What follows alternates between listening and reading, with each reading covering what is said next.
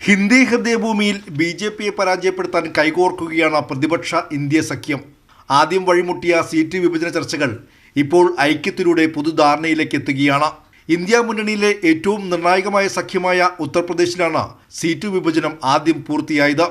യു.പിയിൽ 17 സീറ്റുകൾ നൽകാമെന്ന സമാജ്വാദി പാർട്ടിയുടെ നിർദ്ദേശം കോൺഗ്രസ് അംഗീകരിച്ചതോടെ സംസ്ഥാനത്ത് ബി.ജെ.പിക്കെതിരെ സഖ്യം ഒരുമിച്ച് മത്സരിക്കും.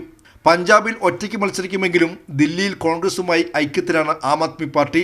7 ലോക്സഭാ സീറ്റിൽ 4 AAPയും 3 കോൺഗ്രസും പങ്കിടാമെന്നാണ് ധാരണ. ഹരിയാനയിലും അസമിലും കോൺഗ്രസ് ഓരോ സീറ്റ് വീതം ആം ആദ്മിക്ക് നൽകിയേക്കും. ഗുജറാത്തിൽ 3 വരെ സീറ്റുകളാണ് ആം ആദ്മി ആവശ്യപ്പെട്ടിരിക്കുന്നത്. ജാർഖണ്ഡിലാകട്ടെ കോൺഗ്രസും ജാർഖണ്ഡ് മുക്തി മോർച്ചയും 7 വീതം സീറ്റുകൾ പങ്കുവയ്ക്കും. ഇരുകൂട്ടരും സീറ്റുകളിൽ 1 വീതം RJDക്കും ഇടതുപക്ഷത്തിനും നൽകും. ബീഹാറിൽ കോൺഗ്രസ് RJD ചർച്ചകളും അവസാന ഘട്ടത്തിലാണ്. 40 സീറ്റിൽ RJD 28ഉം കോൺഗ്രസ് 8ഉം ഇടതുപക്ഷ പാർട്ടികൾക്ക് 2 സീറ്റുകളും നൽകാനാണ് ധാരണ.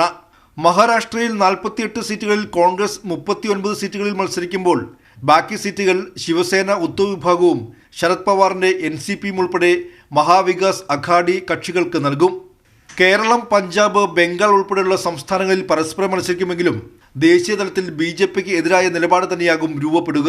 ഫെബ്രുവരി 26 മുതൽ മാർച്ച് 1 വരെ ന്യായയാത്രയ്ക്ക് ഇടവേള നൽകി രാഹുൽ ഗാന്ധി ദില്ലിയിൽ തിരികെ എത്തിയാൽ സീറ്റ് വിഭജന ചർച്ചകൾക്ക് അന്തിമ രൂപമാകും.